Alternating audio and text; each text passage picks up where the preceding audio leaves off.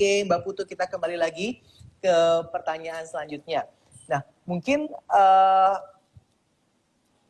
tadi kan kita sudah bahas cara kerjanya ya Mbak ya. Nah mungkin Feli juga bisa sedikit menjelaskan mengenai pengalaman menggunakan Robo Advisor Bareksa itu dan apakah ada yang pengen Feli tanyakan langsung ke Mbak Putu. Karena Mbak Putu adalah a woman behind Robo. Jadi bisa langsung bertanya. Gitu, silakan Fel. Ya, banyak sih aku mau nanya, tapi ini lucu juga ya, a woman behind Robo. Aku langsung inget kayak like gitu itu kayak ya. Jadi banyak sih aku mau nanya. Kan kemarin aku kan coba, habis itu kan profil resikonya 4 dari 5 kan. Anyway, aku sering banget ngobrol sama Mbak Putu jauh sebelum ini, kayak berapa tahun ya. Random.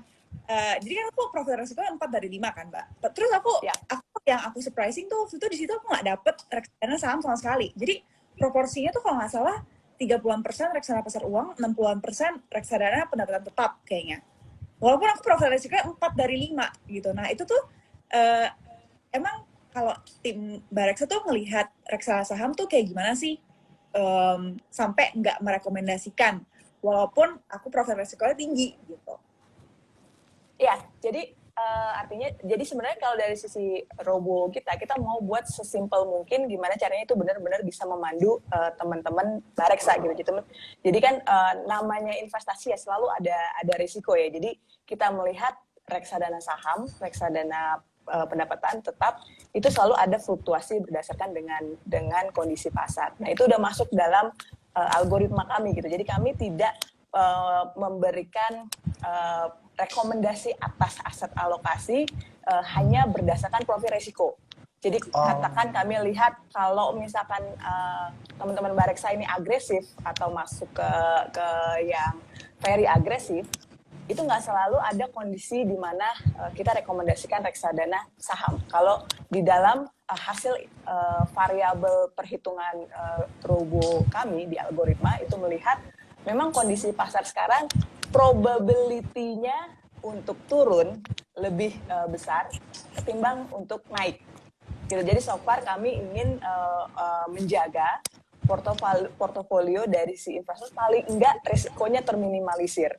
Tapi once begitu kondisi marketnya kami lihat sudah dalam perhitungan algoritma Robo ya, dia sudah melihat bahwa memang sudah timing yang pas untuk bisa masuk ke dalam reksadana saham, maka dia akan memberikan notifikasi untuk teman-teman bisa melakukan rebalancingnya by top up, melakukan top up kembali, atau bisa melakukan penjualan dan nanti akan di switch gitu, di top up kembali ke sisi Robo Advisor-nya kami. So jadi memang Robo Advisor kami itu bergerak dynamic mengikuti dari kondisi pasar. Tapi memang kita tidak menjamin ya, tapi kami membantu, memandu untuk melihat sebenarnya kondisi yang sekarang tuh baik atau enggak.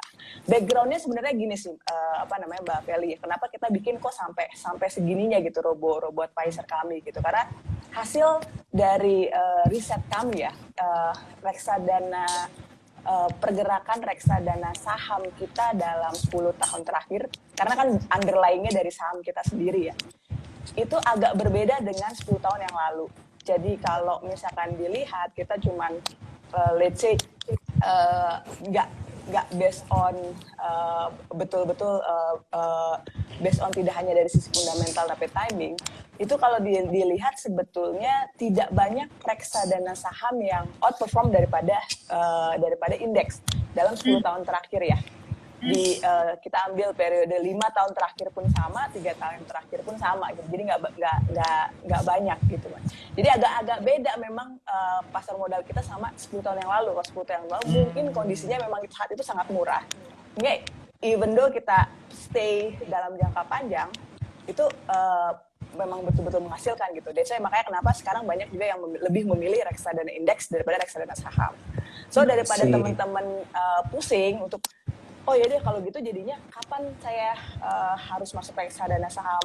Reksadana saham yang lagi pas. Tadi kayak yang Mbak Feli bilang, oh sekarang timingnya lagi yang backgroundnya ada teknologi, reksadana mana aja sih yang ada teknologinya atau ada saham consumernya. Nah kayak gitu-gitu kami masukkan variabel itu di dalam algoritma kami.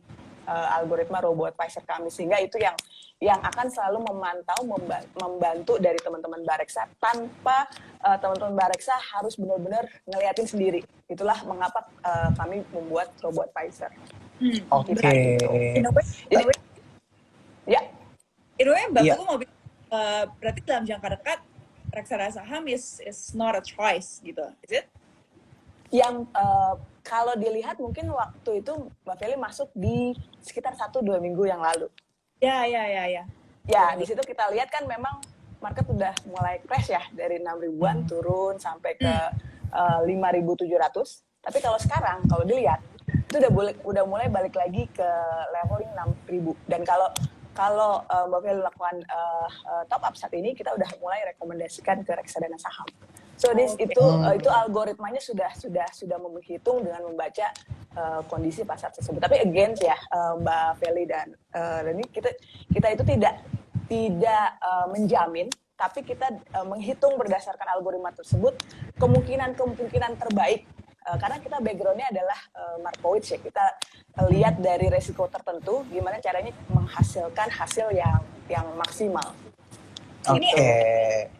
Mbak kayak dari Hamjus dia tanya, emang rekomendasi produk dari Robo itu diupdate-nya setiap berapa lama sih? Kayak per bulan, kayak per minggu, atau kayak gimana?